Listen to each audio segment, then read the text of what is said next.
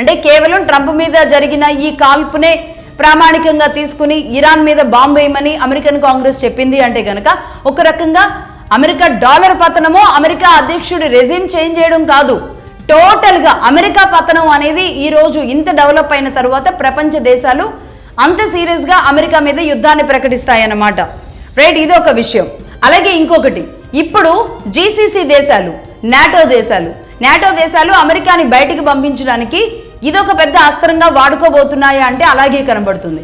ఇప్పటికే జీసీసీ దేశాలు అంటే గల్ఫ్ కోఆపరేటివ్ కౌన్సిల్ కి సంబంధించిన దేశాలు ట్రంప్ విధానం మీద సీరియస్ గా ఉన్నాయి. నువ్వు మా వెనకున్నావని మేము ఇక్కడ ఇరాన్తో యుద్ధం చేస్తుంటే ఇక్కడ నీ దగ్గరేమో అటు వెపన్స్ అలాగే ఉన్నాయి, నౌకలు అలాగే ఉన్నాయి, డ్రోన్స్ అలాగే ఉన్నాయి, రాడార్ వ్యవస్థ అలాగే ఉంది. ఏది బలం అనుకున్నామో ఎఫ్ సిరీస్ సంబంధించిన యుద్ధ విమానాలన్నీ కొలాప్స్ అయిపోయినాయి, ఎయిర్ బేస్లు కొలాప్స్ అయిపోయినాయి.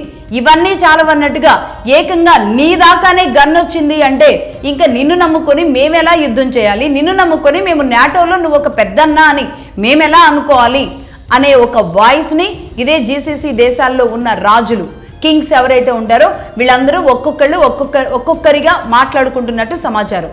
ఇదే జరిగితే గనక జీసీసీ పూర్తిగా అమెరికాకి దూరం జరిగే అవకాశాలు ఉంటాయి.